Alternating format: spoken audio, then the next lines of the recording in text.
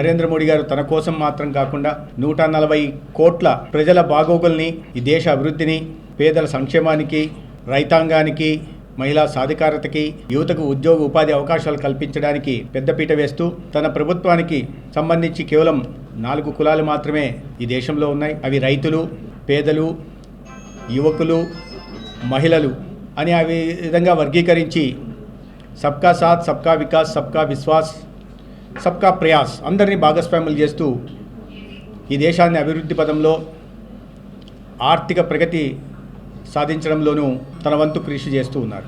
ఈ 11 సంవత్సరాల ఈ పాలన భారతదేశ చరిత్ర పుటల్లో సువర్ణాక్షరాలతో లిఖించబడుతుంది. రాబోయే రోజుల్లో ఒక స్వర్ణ యుగంగా కూడా అభివర్ణించబడుతుంది. ఈ 11 సంవత్సరాల అభివృద్ధికి, సంక్షేమానికి సంబంధించిన కథని ఒక ప్రెస్ కాన్ఫరెన్స్లో కానీ, ఒక ప్రసంగంలో చెప్పాలంటే చాలా కష్టం. అంతటి అభివృద్ధి వాళ్ళ దేశంలో జరిగింది.